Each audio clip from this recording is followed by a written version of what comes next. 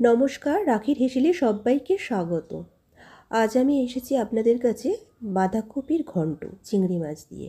চিংড়ি মাছ দিয়ে বাঁধাকপির ঘন্ট শীতকালে আমাদের প্রত্যেকের খুব প্রিয়। তো সেটা আমি কিভাবে করেছি সেটা আপনাদের সাথে আমি শেয়ার করলাম। অসাধারণ স্বাদের এই রান্নাটি আমরা প্রত্যেকেই বাড়িতে করে থাকি, তেমন কোনো ব্যাপার না। এখানে একটা বাঁধাকপি নিয়েছি, আর বাঁধাকপিটাকে আমি বটিতে কুচো করে কেটে নিচ্ছি। অনেকে চাকু দিয়ে কাটে, কিন্তু আমার কাছে বটি দিয়ে কাটাটা বেশি ভালো মনে হয়। আমি এখানে ঝিরি করে কেটে নিয়েছি। এটাকে ধুয়ে নেব, আর এখানে জল গরম করে নিলাম। গরম জলের মধ্যে বাঁধাকপিটা ধুয়ে তারপর আমি একটু সেদ্ধ করে নেব। সেদ্ধটা কিন্তু ফুল সেদ্ধ করব না, হাফ সেদ্ধ করব, জাস্ট একটু ভাপিয়ে নিচ্ছি। কড়াই দিয়ে দিলাম, সামান্য একটু লবণ দিয়ে ঢাকা চাপা দিয়ে দিলাম। এবার আসলাম রান্নায়। এখানে কড়াই তেল গরম করে আলু দিয়ে দিচ্ছি। আলুটাকে ভেজে নিচ্ছি প্রথমে, আর মশলাগুলো কী দেব সেটা আমি একে একে রান্না করতে করতে দেখাচ্ছি। এখানে নুন আর হলুদটা আমি আলুর মধ্যে মাখালাম না, উপর থেকে একটু লঙ্কার গুঁড়ো, নুন আর হলুদ দিচ্ছি। আলুটা ডুমু করে কেটে নিয়েছি। আলুটাকে আমি ভালো করে ভেজে নেব। বেশ লাল লাল করে আলুটাকে ভেজে নিতে হবে। যদি লাল লাল করে ভেজে না নেওয়া হয় তাহলে কিন্তু স্বাদ অনেকটা কম হয়। দেখতে পাচ্ছেন আলু ভাজাটা আমার প্রায় হয়ে গিয়েছে।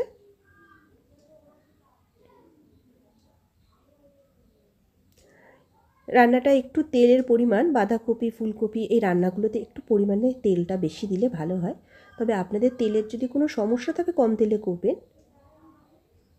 এবারে ওইটা তুলে নিয়ে তেলের মধ্যে আমি একটা তেজপাতা, একটা শুকনো লঙ্কা দিয়ে দিলাম। আলুটা তুলে নিয়ে দিয়ে দিলাম পেঁয়াজ কুচো।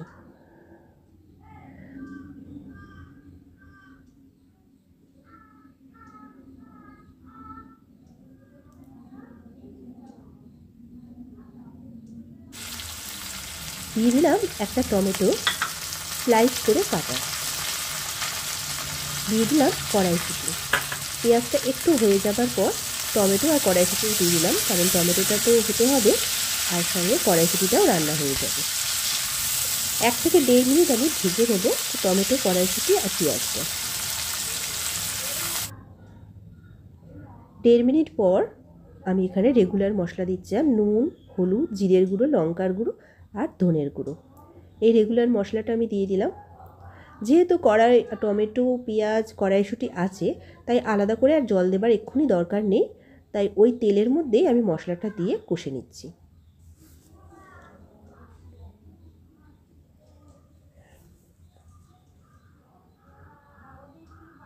এবারে দিয়ে দিলাম 1 চামচ টক দই।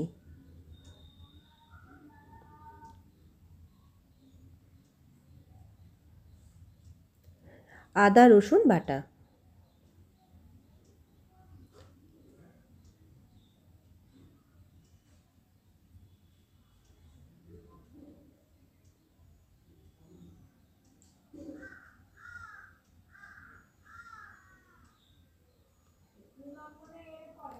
এবারে মশলাটাকে কষে নিচ্ছি। দেখুন টমেটোটা আমার কিন্তু রান্না হয়ে গিয়েছে। এইবার আমি ভাজা আলুটা দিয়ে দিলাম।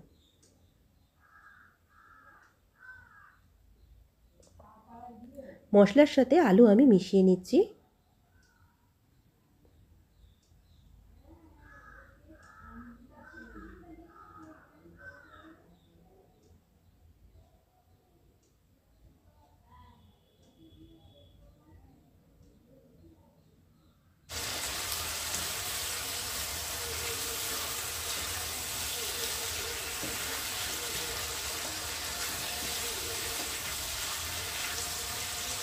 আলু আর মশলা একসঙ্গে মেশানো হয়ে গিয়েছে।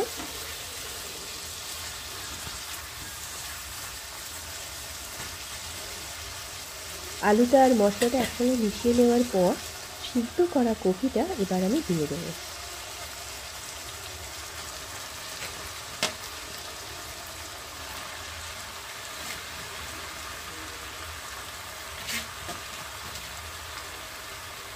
এবার যে তেল আছে, তেলের সাথে মশলার সাথে কপি একসাথে আমি মিশিয়ে নেব।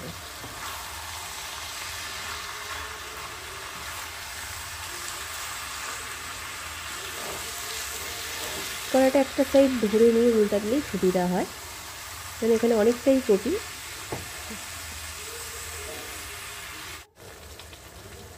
কপি থেকে জল বেরোবে, তাই আলাদা করে কিন্তু আর জল দেওয়ার কোনো দরকার নেই।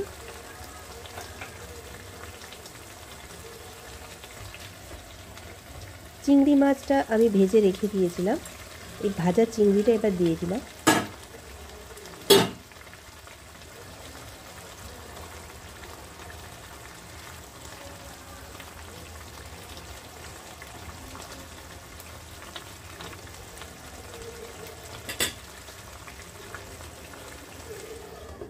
ঢাকা দিয়ে দিলাম। এবার আমি 1 থেকে 1.5 মিনিট পর ঢাকা তুলে মশলাটাকে মিশিয়ে নিচ্ছি। মানে মশলা তো দেওয়াই আছে, জাস্ট চিংড়ি মাছ আর আলুটা দেখে নিচ্ছি রান্নাটা কতটা হয়েছে। আমি এখানে আলুটাকে একটু দেখে নেবো যে আলুটা সেদ্ধ হয়েছে কিনা, আর তরকারিটা একদম শুকনো শুকনো হয়ে যাবে। তো আমি ঢাকা চাপা দিয়ে দিলাম।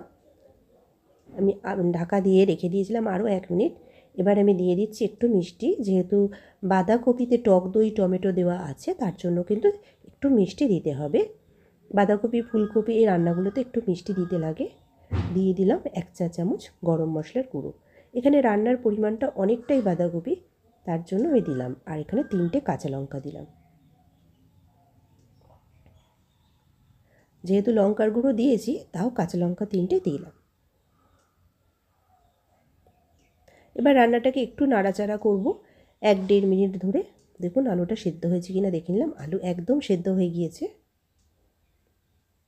এই তরকারিটা রুটি বা পরোটার সাথেও খেতে পারেন, ভাতের সাথে তো খাবেনই অবশ্যই। আমার রান্নাটি কিন্তু হয়ে গিয়েছে। আমি আরেকটুখানি